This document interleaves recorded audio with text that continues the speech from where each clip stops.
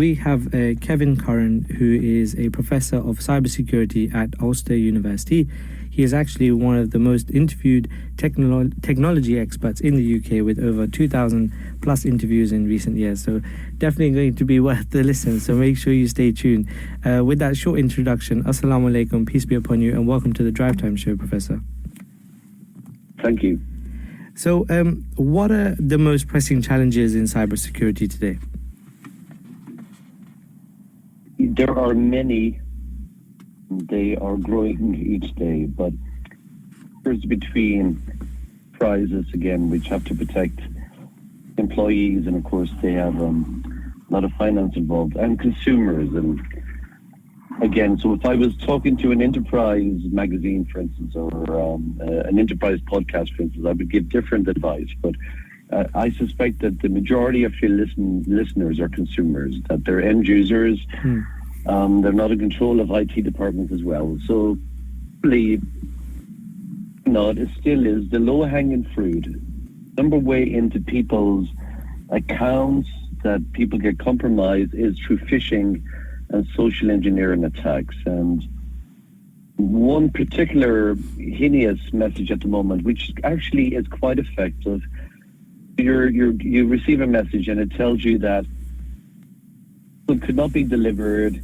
Click here, charge, and hey, and presto, you paid a scammer, because everyone really is waiting for some parcel, and you forget which delivery service is supposed to give it to you, and it's quite easy for you to click on these messages, enter your details, and post money to the scammers. Yeah. And with that in particular, is if you click on the link, is that automatic, or is it's only until you've actually put in your details, right? That usually that's where the scam happens, right? Exactly. Whether you're on a phone, a tablet, or a PC, the link is generally okay, unless it's very sophisticated malware, which is unusual. No, it's only when you enter your payment details, really, because you enter your email address, which is generally known by all the scammers anyway, and their addresses, but given your details, or you download something. So it's either one or the other. Yeah. Because if you download something, that could install malware onto your device. And generally, again, that's why I try to make a division between consumers, end users, and enterprise, because there are also a lot of people listening here who actually have a device that they do a lot of surfing on, which is given to them by their workplace. Yeah. But generally, when it comes to workplace devices, they generally have endpoint detection on them. Like, again, people came to hear about this company called CrowdStrike a few months ago, which caused some of these systems to go down. But that's an enterprise solution. So enterprise solutions generally scan your email, and they know about well-known malicious software. They know about sites you shouldn't visit, and they generally protect you more than if you are Joe Soap and you go into a shop and you buy a PC and you bring it home, you are less protected. But enterprise solutions generally deep scan your emails. They try to prevent the websites you're going to. They do a lot more for you. But of course, enterprises pay a lot of money for that. Of course. But generally, yes, it's always the catch in the end is don't enter your payment details and download anything, really.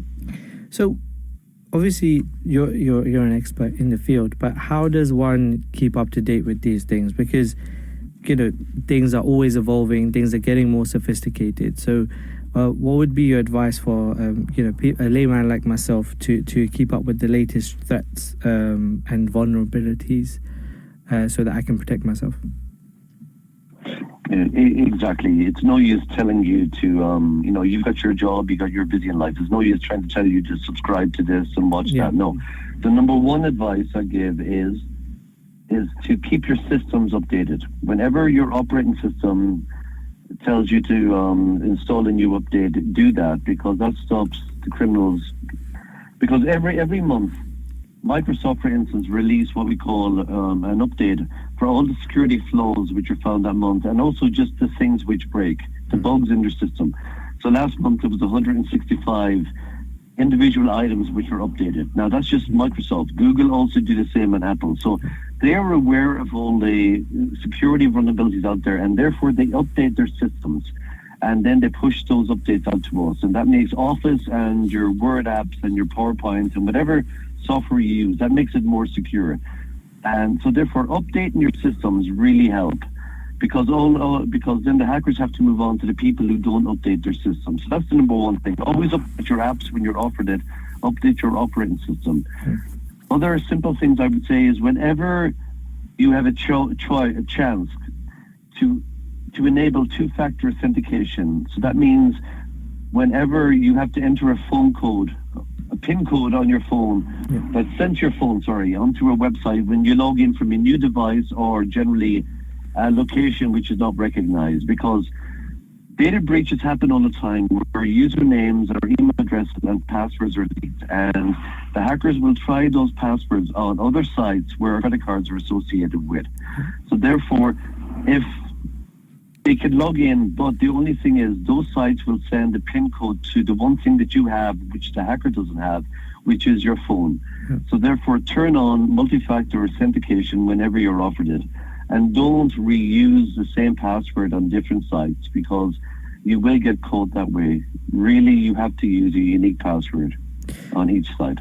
So I have two things to say about both of those things. So the first one I often hear from people is that updating your device, I don't want to put the new iOS or operating system or whatever it is because there's usually bugs in it, and it usually slows down my phone or whatever it is. So I just want to confirm for anyone listening who may be thinking that it is very important that should we be doing those updates as soon as possible, right? Because we are letting our devices then be open to potential issues. Yes, no, the fact updating the software overcomes any issues, which used to happen more in the old days. Yeah.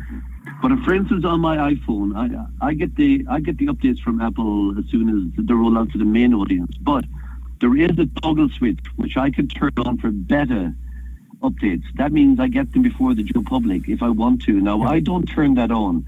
So unless you turn that on, you're going to get quite an established piece of software that is well tested by the likes of Apple, and it's rolled out to thousands of devices before you get it.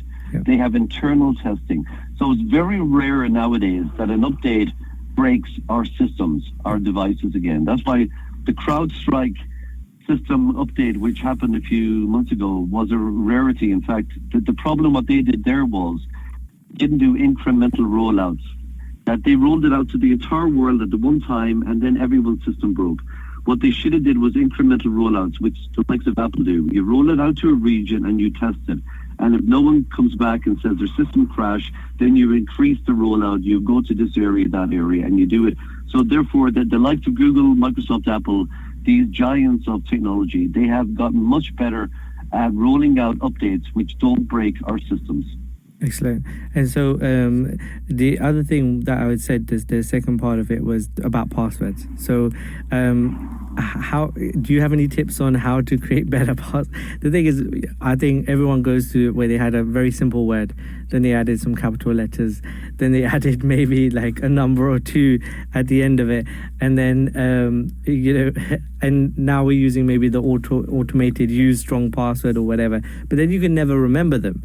Right. So do you have any tips and tricks about passwords? Well, the best practice we say to people who are knowledgeable is to use a password manager.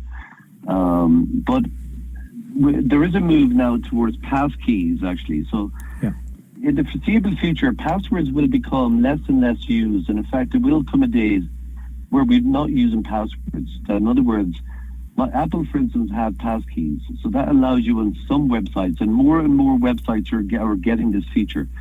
So in other words, when you go to the website, you have a choice now of saving your password or enabling passkeys.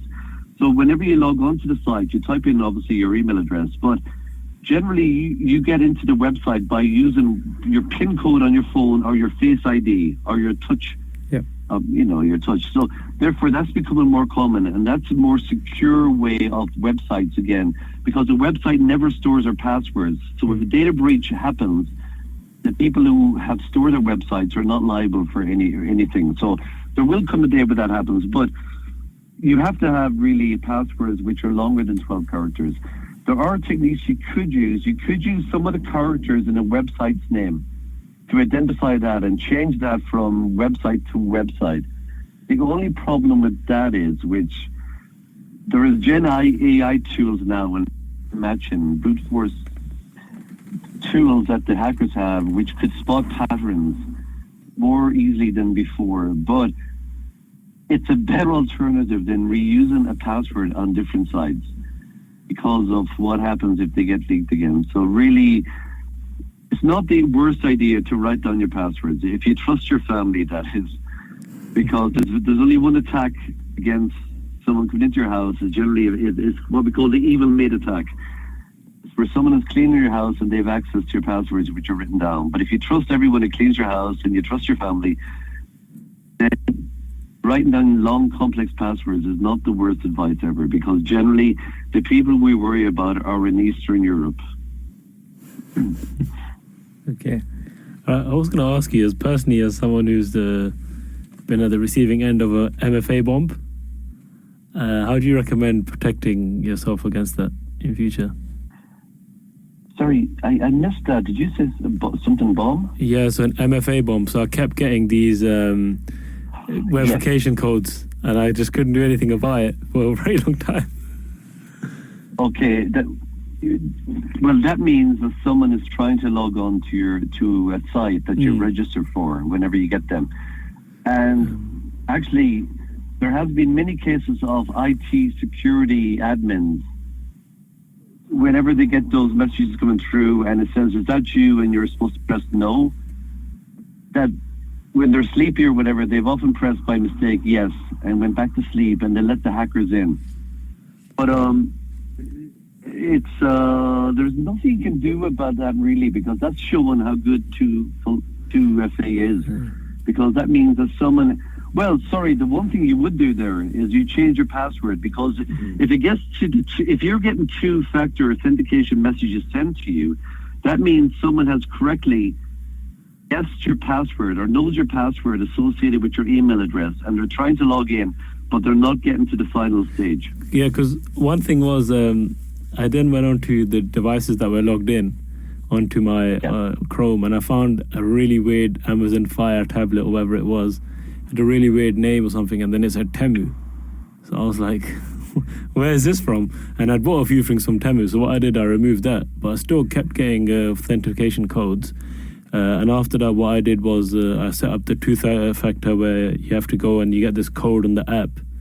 And I got rid of my phone number from there, and then I added that two-factor in.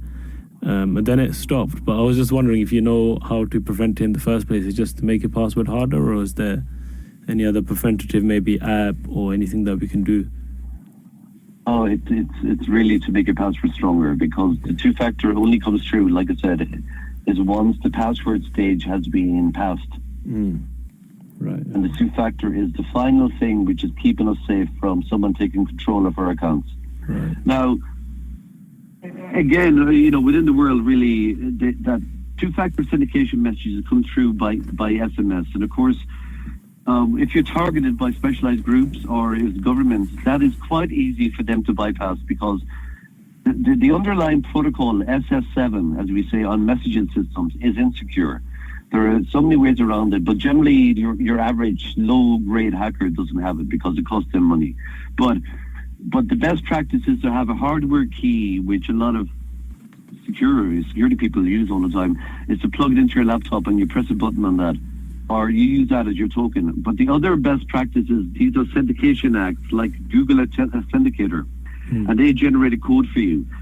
But the third way, and still to use it, is messaging. But an authenticator is more secure than using SMS messaging whenever you get a chance. So always pick the app over the SMS. But SMS two-factor is better than having none. That's for sure. Right. Awesome. And so we have an international audience here at the Voice of Islam. So I wanted to, and there may be some experts who this will be relevant to as well. So what I wanted to ask was, what are some of the most effective methods to defend against sophisticated cyber attacks, like ransomware or APT's advanced persistent threats? Well, in that case, it's goodness. It's well, ransomware. Yeah, you got to have your backups available. That's for sure. You've got to be able to recover your information, of course.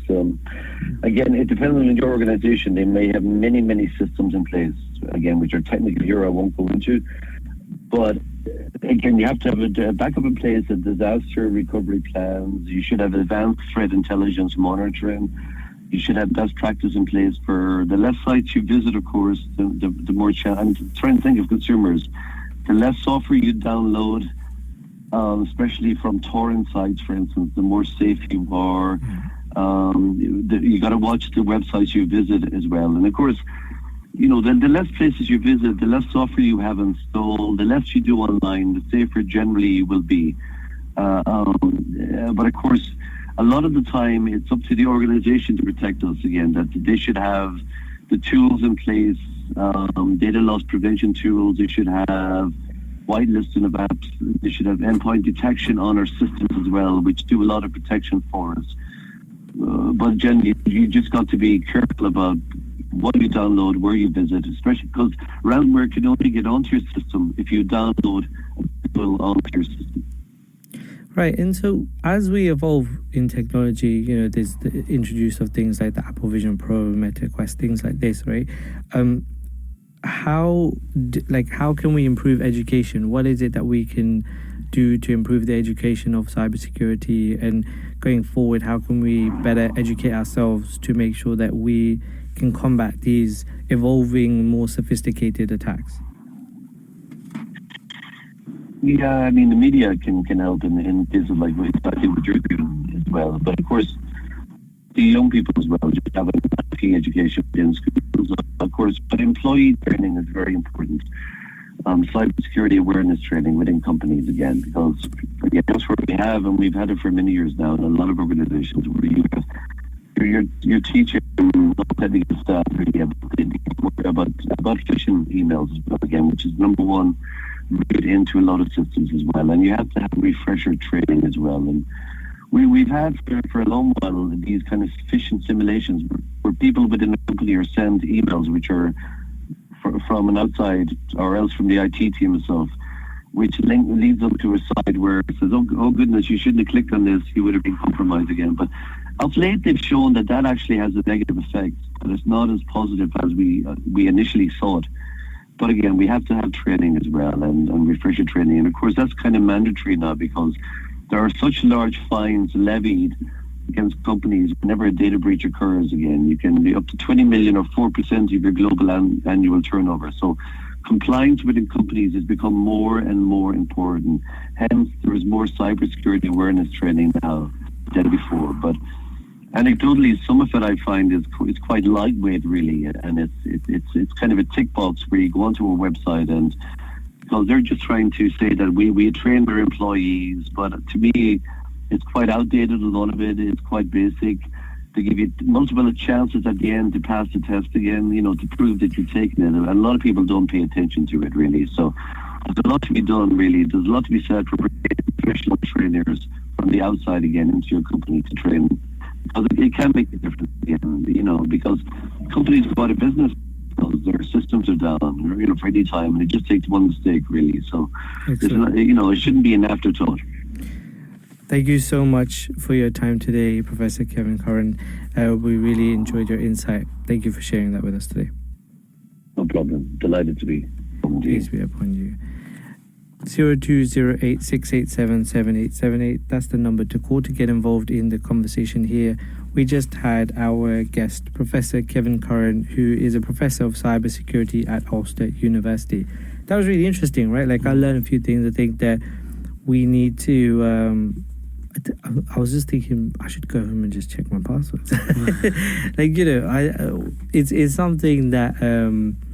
sometimes with these things like the pass key that were mentioned, don't you think that we forget a bit about, making sure things are secure? We can be a bit easier with that. And I think that the other problem I find is that when you use Face ID too much, or the touch, fingerprint touch, you end up forgetting your password, so that if you ever get logged out and that Face ID or finger touch isn't working, you'll really struggle to find your password then, right? That's true, yeah. I mean, personally, I've experienced that myself, where if you end up basically using it too much and not actually inputting the password, you do actually end up forgetting it. But at the same time, these things are there, of course, to help us, to remember the passwords and stuff. But then again, when you get that email or something that your email has appeared in a leak or whatever, and now you have to change your password. Yeah. And you're That's like, long, isn't it? oh, it's 180 there or something. 180 of them have been like leaked or what?